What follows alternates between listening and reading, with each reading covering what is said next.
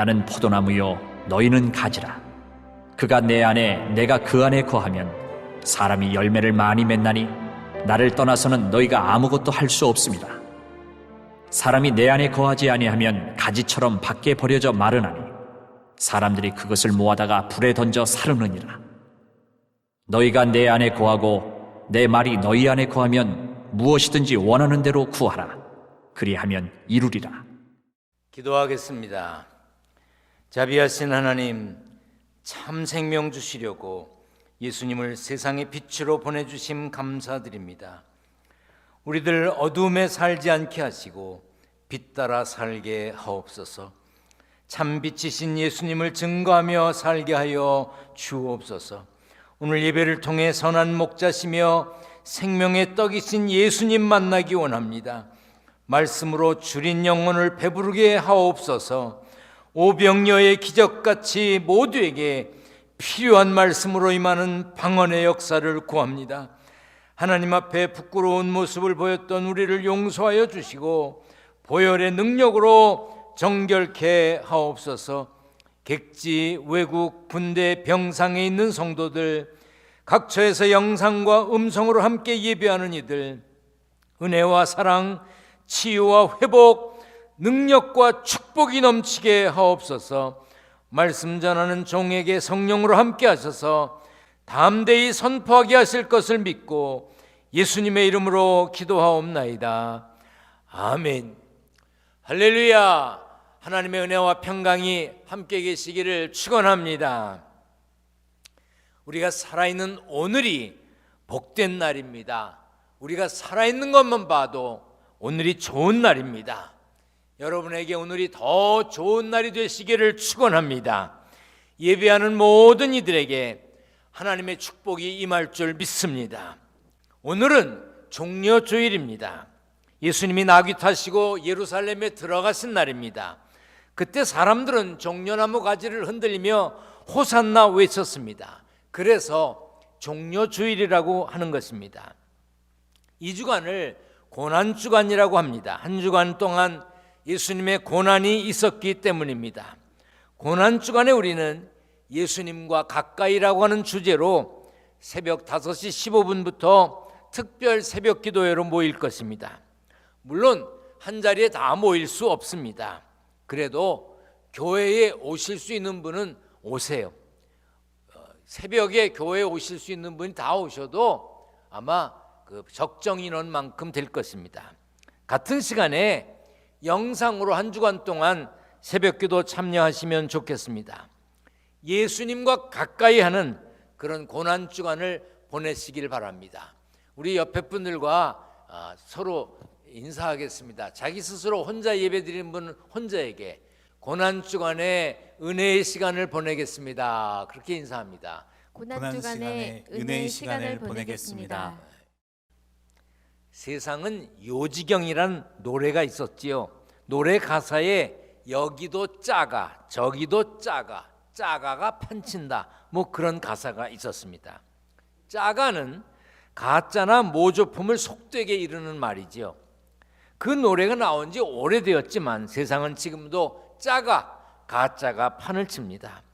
무엇이 진짜이고 무엇이 가짜인지, 무엇이 진실이고 무엇이 거짓인지 분별하기 어렵습니다. 언제부터 뉴스에 팩트체크라고 하는 것이 생겼습니다. 어떤 말이나 일이 진실인지 거짓인지 검증하겠다는 것이죠.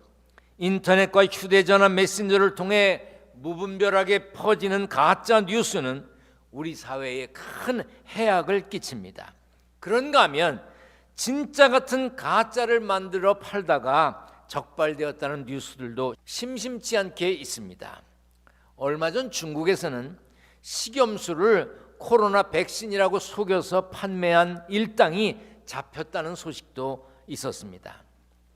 저는 작년에 어떤 목사님으로부터 가짜 명품 시계를 받았습니다. 이건데요, 앞에 또 상표가 나올까 봐 이제 거꾸로 보여드리겠습니다. 가짜라고 하면서 주셨어요. 그런데 시간도 기가 막히게 맞고 모든 게 완벽합니다. 언뜻 봐도 진짜 같고 자세히 봐도 진짜 같습니다. 근데 그분이 저한테 주시면서 가짜라 그랬으니까 이건 가짜겠지요.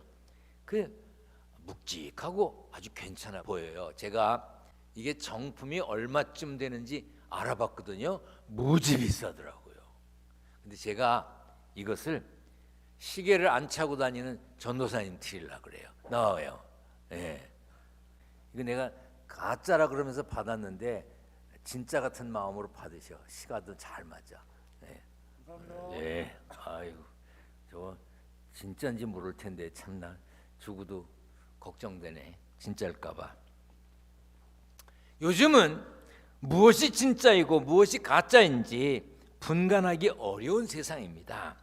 예수님은 자신을 이렇게 소개하셨습니다. 나는 참 포도나무요 내 아버지는 농부라. 요한복음에는 참이라는 단어가 여러 번 나오는데 참이란 뜻은 진실한, 신실한, 정직한 그런 뜻이 있습니다. 이렇게 참이 강조된 것은 그만큼 거짓이 많다는 뜻입니다. 예수님이 나는 참 포도나무요 라고 하신 것은 그만큼 거짓 선지자들이 많았음을 뜻합니다.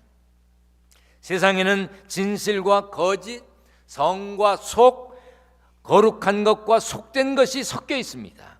그래서 사람들이 혼돈에 빠지고 쉽게 거짓에 미혹당합니다. 그러므로 우리는 참 빛이요 참 떡이시며 참 포도나무이신 예수님을 가까이 해야 합니다. 예수님은 내가 곧 길이요 진리요 생명이니 라고 말씀하셨습니다. 혼탁하고 어지러운 세상에 참 진리는 예수님 한 분뿐입니다. 참 포도나무이신 예수님만이 우리에게 참 생명을 주십니다. 예수님이 진리를 가르치실 때 당시 쉽게 볼 수 있었던 것에 비유해서 말씀을 전하셨습니다. 성경에는 포도나무뿐 아니라 여러 나무가 나오지요. 무화과나무, 상수리나무, 로뎀나무, 종려나무, 감람나무 이런 것들이 있는데 왜 예수님은 포도나무에 비유하셨을까요? 이유는 열매 때문입니다.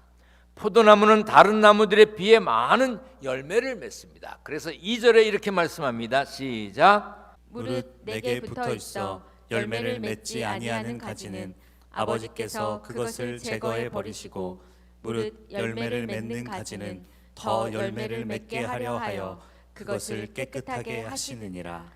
열매를 많이 맺어야 함을 강조하신 것입니다. 구약에서 포도나무는 이스라엘 민족을 상징합니다. 시편 80편 8절입니다. 같이 읽습니다. 시작. 주께서 한 포도나무를 애굽에서 가져다가 민족들을 쫓아내시고 그것을 심으셨나이다. 이스라엘은 농부이신 하나님이 원하시는 좋은 열매를 많이 맺어야 했습니다. 그렇지 못할 때는 선지자들을 통해서 책망받았습니다. 이사야는 같이 읽겠습니다. 시작. 땅을 파서 돌을 제하고 극상품 포도나무를 심었도다. 그 중에 망대를 세웠고 또 그 안에 술틀을 팠도다. 좋은 포도 맺기를 바랐더니 들포도를 맺었도다. 에레미야는 또 이렇게 말했습니다. 같이 읽습니다. 시작. 내가 너를 순전한 참 종자 곧 귀한 포도나무로 심었거늘 내게 대하여 이방 포도나무의 악한 가지가 됨은 어찌 됨이냐. 이처럼 포도나무로 표현된 이스라엘은 하나님이 기뻐하실 열매를 잘 맺어야 했습니다. 그렇지 않으면 불에 던질 땔감이 될 수밖에 없습니다. 마찬가지로 참 포도나무이신 예수님은 가지인 우리에게 열매를 원하십니다. 포도나무의 존재 목적은 열매를 맺는 겁니다. 포도나무는 건축용으로 쓸 수가 없습니다. 가구 제작용으로도 쓸 수 없습니다. 관상용으로 둘 만큼 아름답지도 못합니다. 포도나무는 오직 열매를 위한 나무일 뿐입니다. 다시 말해서 포도나무는 열매를 위한, 열매로 말해야 하는 그런 나무입니다. 하나님은 우리에게도 열매, 좋은 열매를 기대하십니다. 우리 같이 읽습니다. 시작. 내가 나의 포도원을 가꾸면서 빠뜨린 것이 무엇이냐? 내가 하지 않은 일이라도 있느냐? 나는 좋은 포도가 맺기를 기다렸는데 하나님이 우리에게 기대하시는 것은 삶을 통해 좋은 열매를 맺길 바라십니다. 그래서 예수님도 이렇게 말씀하셨습니다. 시작. 이와 같이 좋은 나무마다 아름다운 열매를 맺고 못된 나무가 나쁜 열매를 맺나니 이러므로 그들의 열매로 그들을 알리라. 우리는 좋은 열매, 아름다운 열매를 맺어야 합니다. 그것이 우리의 사명입니다. 에베소서 5장에 이렇게 말씀하고 있습니다. 같이 읽습니다. 시작. 너희가 전에는 어둠이더니 이제는 주 안에서 빛이라. 빛의 자녀들처럼 행하라. 빛의 열매는 모든 착함과 의로움과 진실함에 있느니라. 예수님을 통해 참 생명을 얻은 사람은 거룩함에 이르는 구별된 열매를 맺어야 합니다. 참 생명을 알지 못하는 세상 사람들과 다르게 살아야 한다는 뜻입니다.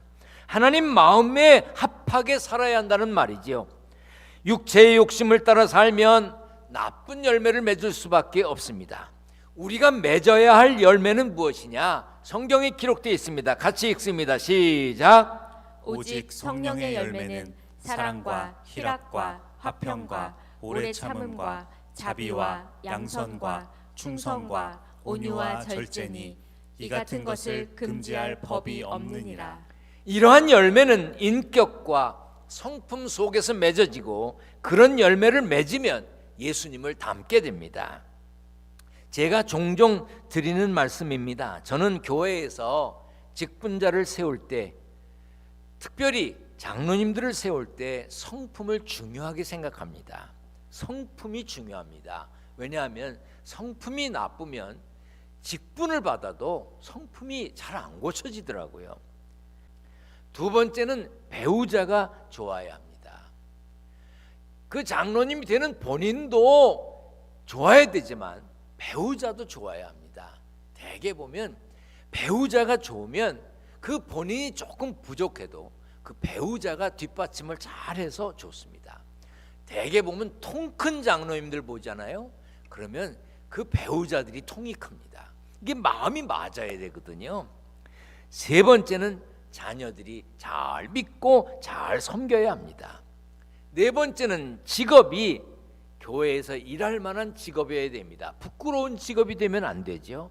또 오래 일할 수 있어야 됩니다. 다섯 번째는 친구가 좋아야 합니다. 친구를 보면 그 사람을 알 수 있다고 그랬잖아요.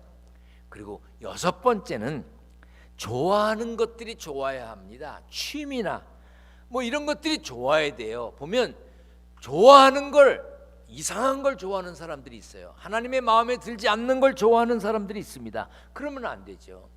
그리고 믿음이 좋아야 됩니다. 어떤 분은 이렇게 생각하실 겁니다. 아니 교회에서 일하는데 믿음이 제일 먼저 좋아야지, 믿음이 어떻게 제일 꼬레비야? 그렇게 생각하는 분이 있을지 모르겠습니다. 그런데 앞에서 말한 6가지가 다 좋은데 믿음이 좀 부족하면 같이 기도하고 같이 성경 공부하고 같이 지내면서 그 믿음이 자라게 하기 위해서 저도 기도하고 어떻게 해볼 수가 있습니다. 그런데 앞에 6가지가 다 시원찮아. 그런데 믿음만 좋아. 그러면 제가 어떻게 하겠습니까? 목회자가 어떻게 하겠어요? 목회자가 그 성품을 바꿔주겠어요? 배우자를 바꿔주겠어요? 자녀를 바꾸겠어요? 직업을 바꿔주겠어요? 그건 목회자가 할 수 있는 일이 아닙니다. 그래서 성품이 제일 좋아야 하고, 그 다음에 배우자가, 또 자녀가, 직업이, 친구가 좋아하는 것이 좋아야 한다는 것입니다. 일평생 그 인격과 그 성품으로 살아온 사람을 제가 바꿀 수가 없는 것이지요. 그래서 다른 무엇보다도 성품이 중요하다 하는 것입니다. 성령님은 우리가 성령의 열매를 맺도록 모든 것을 가르치고 모든 것을 생각나게 하십니다. 우리가 모든 것을 가르치고 생각나게 하시는 그분의 가르침에 따라 우리가 하나님의 마음에 드는 삶이 되어야 하고 하나님의 마음에 드는 성품을 갖도록 노력해야 합니다. 자기 스스로도 노력해야 합니다. 예수님은 너희가 열매를 많이 맺으면 내 아버지께서 영광을 받으실 것이요 너희는 내 제자가 되리라 하셨습니다. 열매를 많이 맺는 것은 하나님께 영광이 되고 제자의 출발점이 됩니다. 우리가 맺는 열매를 보실 하나님의 마음이 어떠실까요? 우리 모두 좋은 열매를 많이 맺어서 하나님을 기쁘시게 해야 합니다. 포도나무가 풍성한 열매를 맺을 수 있는 방법은 단 하나입니다. 참 포도나무이신 예수님께 붙어 있어야 합니다. 가지인 우리가 나무에 붙어 있어야 하지 않겠습니까? 본문 5절을 다 같이 읽겠습니다. 시작. 나는 포도나무요 너희는 가지라. 그가 내 안에 내가 그 안에 거하면 사람이 열매를 많이 맺나니 나를 떠나서는 너희가 아무것도 할 수 없습니다. 가지는 포도나무에 붙어 있지 않으면 열매 맺지 못합니다. 예수님이 내 안에 거하라 하신 이유가 바로 그것입니다. 성도인 우리가 하나님이 기뻐하시는 열매를 낼 수 있는 유일한 방법은 예수님 안에 거하는 것입니다. 우리가 받은 은사가 많더라도, 간증거리가 넘쳐도 예수님과 연결되어 있지 않으면 아무 소용이 없습니다. 예수님 안에 거해야 생명을 유지할 수 있고 복된 인생입니다. 우리 영혼은 예수 그리스도를 통해 필요한 은혜를 공급받기 때문입니다. 신약 성경 바울 서신에 보면 그리스도 안에라고 하는 말이 여러 번 나옵니다. 그 중에 하나는 이렇습니다. 같이 읽습니다. 시작. 내게 능력 주시는 자 안에서 내가 모든 것을 할 수 있느니라. 바울이 수많은 고난과 역경 속에서도 복음의 열매를 맺을 수 있었던 이유는 능력 주시는 예수 그리스도 안에 거했기 때문입니다. 여러분에게 묻겠습니다. 여러분 안에 누가 있습니까? 어떤 분은 자기 자신으로 꽉 차 있습니다. 죽지 않은 자아가 살아 있습니다. 그래서 하고 싶은 대로, 욕심대로 자기 맺고 싶은 열매를 맺습니다. 그런가 하면 어떤 사람은 다른 사람이 들어차 있습니다. 부모님이 되었든 자녀가 되었든 동료가 되었든 친구가 되었든 주변 사람들이 되었든 자기 속에 다른 사람들이 들어있어요. 그래서 다른 사람의 시선, 다른 사람의 생각, 다른 사람의 말에 신경 쓰며 삽니다. 그래서 남이 뭐라 그러는지, 남이 어떻게 생각할지 그것에만 신경 씁니다. 그러다 보면 주위 사람들이 하라는 대로 하고 주위 사람들이 하는 대로 따라합니다. 이리 끌려다니고 저리 끌려다니고 자기가 없어. 자신의 인생을 살지 못하고 다른 사람의 인생을 따라 사는 거지요. 우리 안에 내가 꽉 차도 안 되고 다른 사람이 꽉 차도 안 됩니다. 예수 그리스도께서 사셔야 합니다. 여러분 속에도 예수 그리스도께서 사시고 예수 그리스도께서 주인 되셔야 합니다. 그래야 생명을 누리고 열매를 맺습니다. 예수님은 이렇게 말씀하셨습니다. 아버지께서 나를 사랑하신 것 같이 나도 너희를 사랑하였으니 나의 사랑 안에 거하라. 내가 아버지의 계명을 지켜 그의 사랑 안에 거하는 것 같이 너희도 내 계명을 지키면 내 사랑 안에 거하리라. 성경을 통해 예수님이 우리에게 명령하십니다. 나의 사랑 안에 거하라.